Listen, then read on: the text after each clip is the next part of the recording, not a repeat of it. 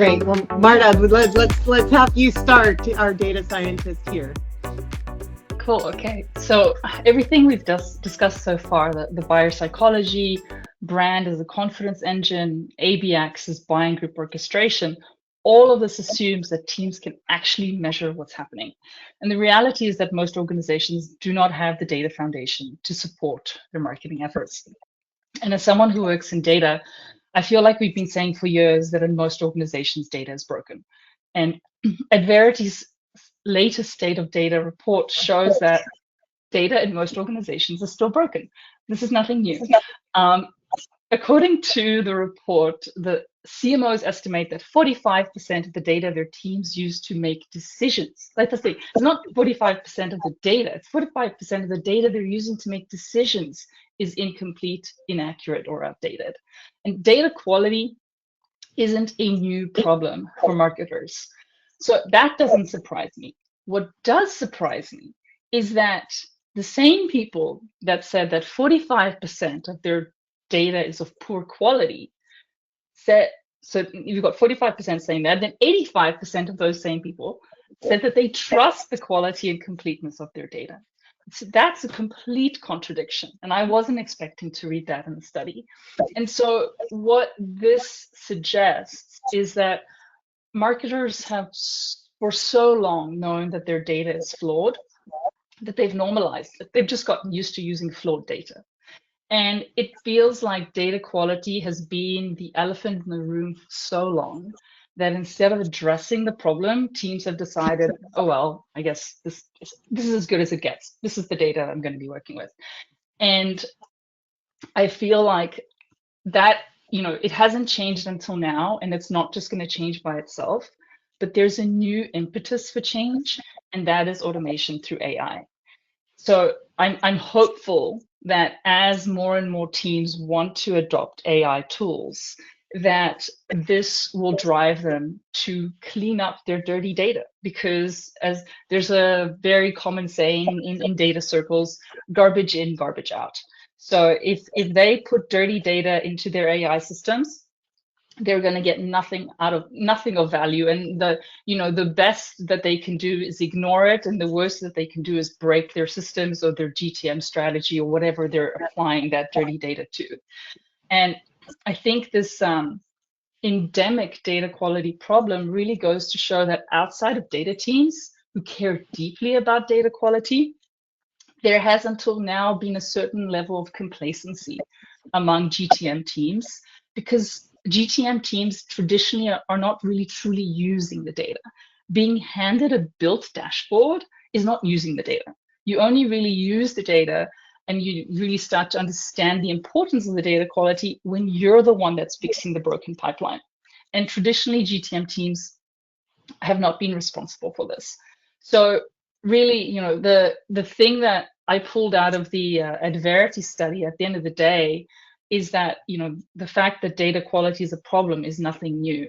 But what is going to be a competitive advantage for teams that build a strong data foundation and get their data house in order is that they're going to really be able to fast forward and start adopting AI at scale. And for those that don't have a strong data foundation, now is the time to take a very systematic approach to fixing their data. It's a mammoth task, it's overwhelming. So you need to tackle it in a really systematic and logical way, because ultimately the bottom line is if you couldn't automate without AI, you can't automate with AI. Yeah, so I go ahead. Go ahead. No, go ahead. I was gonna say, Dana, I'm sure that you've seen the same things with IQ, and I'd be really interested to hear like what you're seeing on your end. Well, I see all the time, we know that our data is dirty, and we're going to clean it up, and then we're going to do analytics and reporting.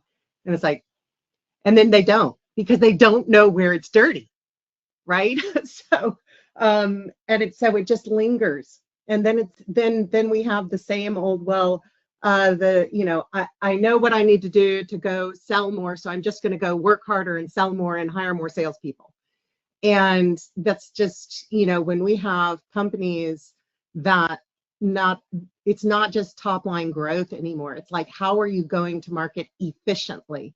right? You can't just throw bodies at a problem. And then, when we have the wealth of data that can say, no, actually, you don't need more salespeople. If you do A, B, and C, those salespeople will be 10x more productive, right? And then you get to that margin. So if we look back at the AI question, the reality is AI is only as good as the data it's trained on, right?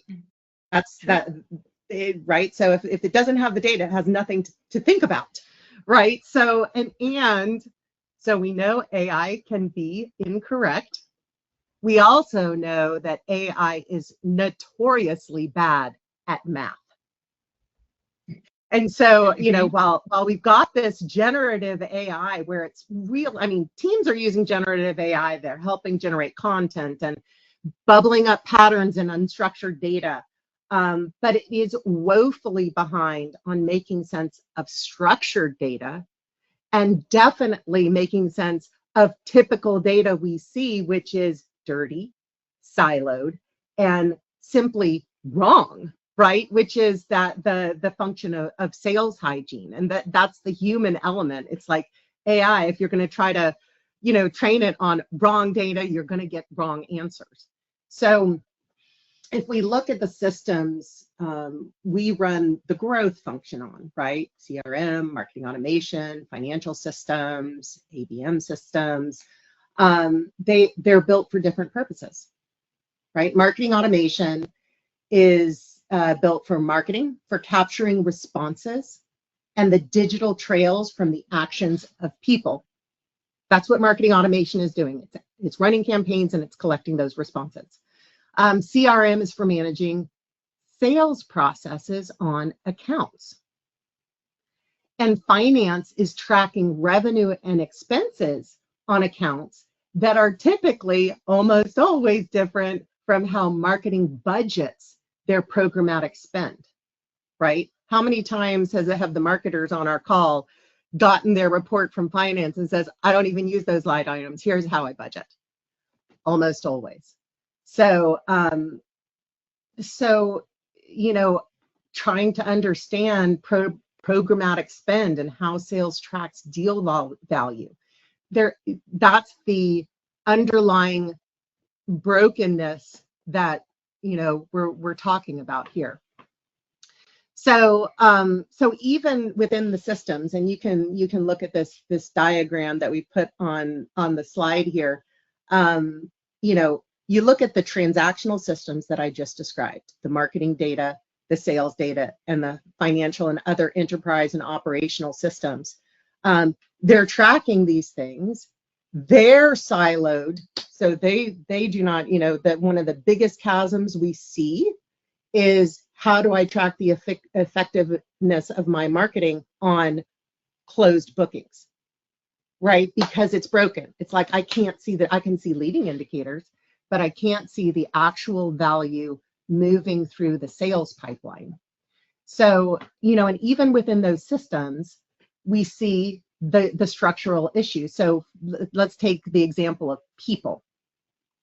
So following people through from prospects to leads to contacts and then to accounts remains one of the top problems, and CRMs have been around for decades now, but it's one of the top problems for system admins to create basic reporting. So, for those folks using Salesforce out there, the leads and contacts database continues even today to be a huge problem for admins, right? Even creating a unified view of MQLs across these lead and contact databases is really difficult. How many of us see, well, I've got two MQL lists. One is from the leads database and one's from the contacts database. And it's crazy to be able to track to a performance target when you can't unify that data. Another example is understanding how the actions of sales reps and BDRs impact the generation of pipeline. What level of effort is required to generate SQLs, from a set of MQLs. And when we look at some of these, you know, as we move into the sales pipeline and we're trying to see where this is stalling and what personas we're touching, these systems do not link those types of data elements. So, you know, the reality is they're transactional systems. They're not analytical environments. They weren't built to be analytical environments. So I cannot tell you how many hours growth teams spend in spreadsheets and BI tools trying to place all of that data together in a way that makes sense, that allows them to make those decisions. So, and we know how hard it is because it took us at IQ years with our team of subject matter experts and veteran sales, marketing, and financial experts and PhD analytics resources and application developers to create an analytical environment to bring all of this data together cleanly with validated metrics, purpose-built to deliver those enterprise-wide KPIs, along with those role-specific analytics that B2B SaaS companies require. That's what they require to make those decisions, Marta, to accurately plan where are they going to invest their marketing programmatic dollars, how many headcount do they need, you know, to really impact both top line and bottom line. So if we look at IQ, and of course we live and breathe this every day, it is an analytical platform that spans all of these enterprise systems and transforms that data into a unified data model that makes sense. One view of the actions of all people, doesn't matter what database it lives in the transactional system. We unify the view of what that person does, how those actions impact the generation of pipeline, how effective salespeople are at shepherding that pipeline to close deals, what the value of customers over their lifetime is, and how investment should be made in marketing programs, sales reps, BDR headcount to get the most revenue out of their engine. And that is what is required today. We have the tools. It's like, you know, on this type of platform, AI can actually be applied to produce answers that are reliable. Like, how many times are you sitting in a meeting and it's like you spend the meeting debating the validity of the data? It is such a complete waste of time.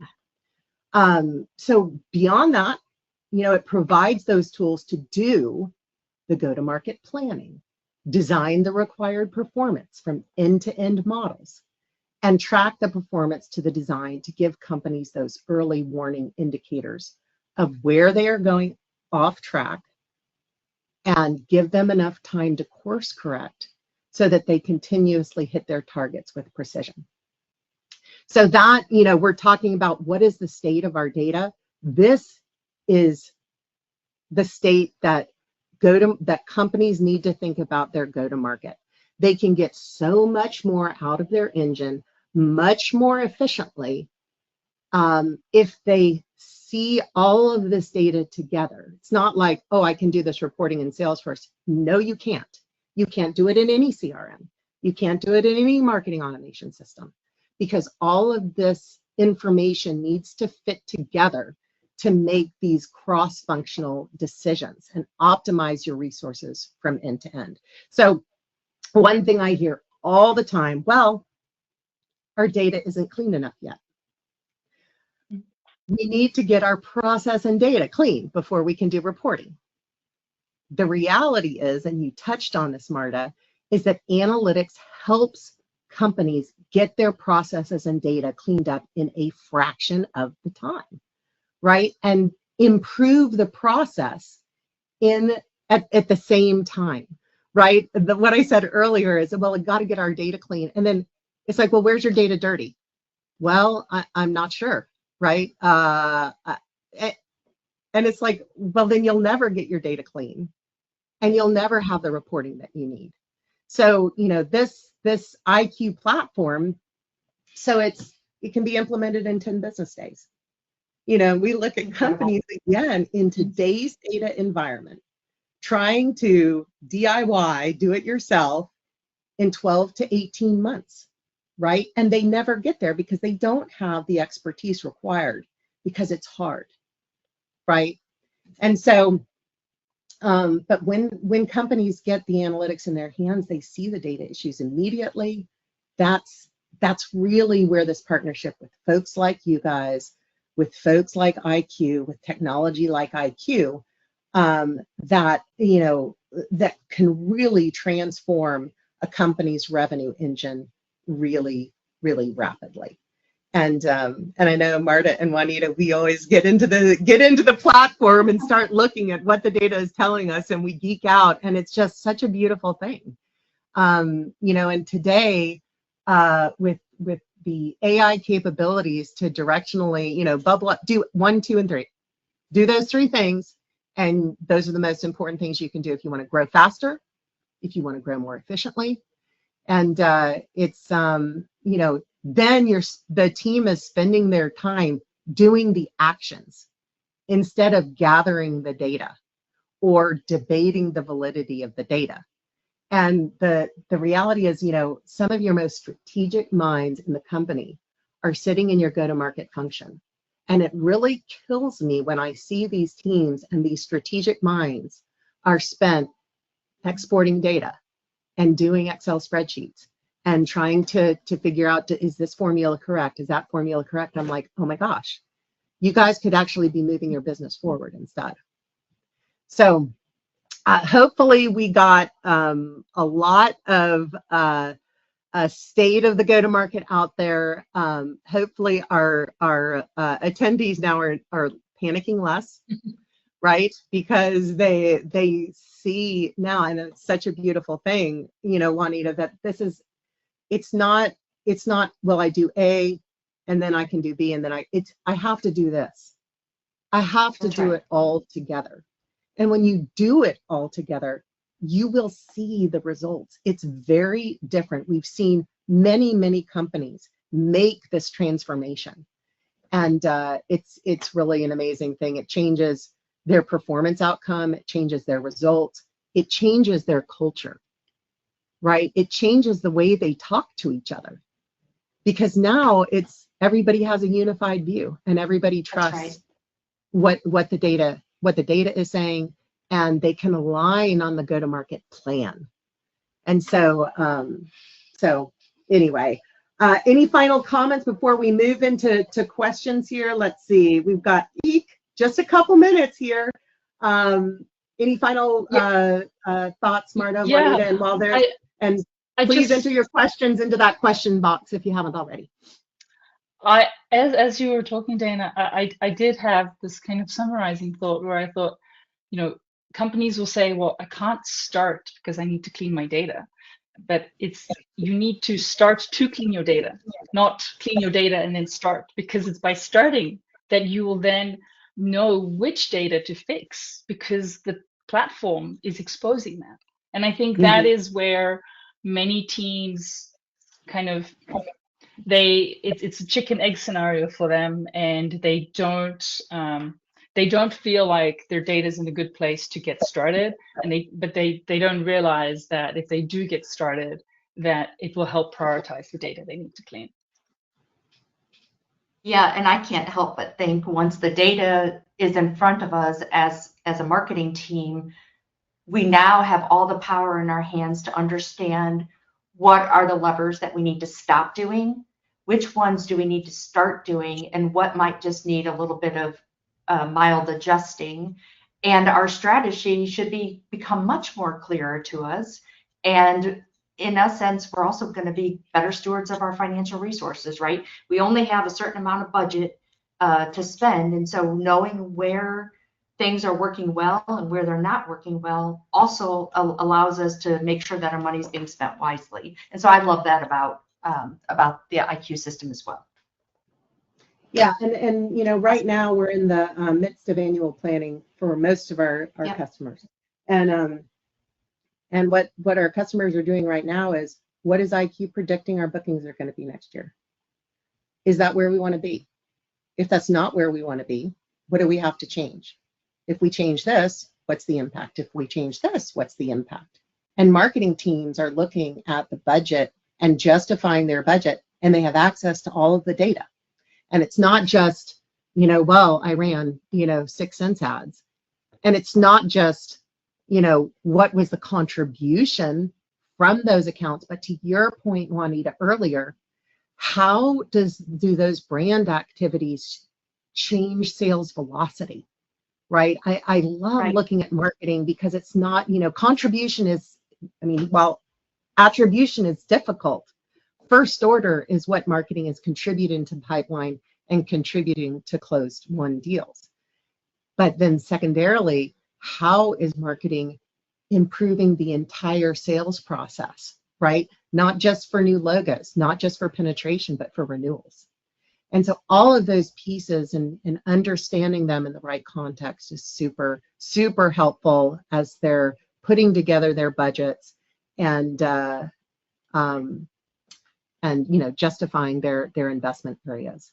So I know that we are over time. And so I had this feeling, Marta and Juanita, that it was going to be really hard for us to save some time at the end, but I'll take just one question and then we'll wrap it. But I thought this, as I saw the questions come in, and I thought this was interesting. It says, if short lists form in 24 to 72 hours, what should marketing be doing differently? Yeah, marketing at this point, if we know that those decisions are happening in hours, not days, but hours, teams need to shift from their nurture thinking to presence thinking. And that means brand must build that mental availability and passive absorption, and demand must provide instant clarity during that shortlist formation. And then ABX must carry that trust and proof across the buying group. It's not about accelerating the funnel. It's about being shortlist ready before a buyer ever enters the market. All right, I'm going to sneak one more in here because I love this question too. So it's talking about the process buyers controlling 50% of the decision. Give us some takeaways on brand and demand strategy. Yeah, so if the process buyer controls half the decision, then technical buyer marketing only is marketing to half the buying group. So you need to, Juanita mentioned the 95-5 rule that is now outdated. And so I feel like for the last 20 years, the marketing community has been marketing to the technical buyer and assuming that they are in that final buying stage because everything is about, get a demo. So now we need to completely shift our thinking away from that, and brand must speak to viability and safety and cultural fit for process buyers, while demand shapes clarity and relevance for technical buyers. And ABX is the glue that connects both groups so the consensus can form. And so without this shift, well, you're going to continue to see your deal stalling, and you're going to wonder why, because things were going so brilliantly with the technical buyers, and then you forgot that there's 5, 6, 10, we don't know how many other process buyers in the background that are just as important as the technical buyers, and you're not considering them. I love it. Okay, well, we're in trouble because we're a few minutes over. But Marta, Juanita, we could go on for hours, I know, and you guys are so fantastic. To our attendees, thank you so much for taking the time with us and hearing about kind of our thoughts on go-to-market and your data infrastructure. Of course, we would love to chat with you. All of the questions that we didn't get to, we will answer, but please feel free to reach out to us. We love to talk about go-to-market all the time.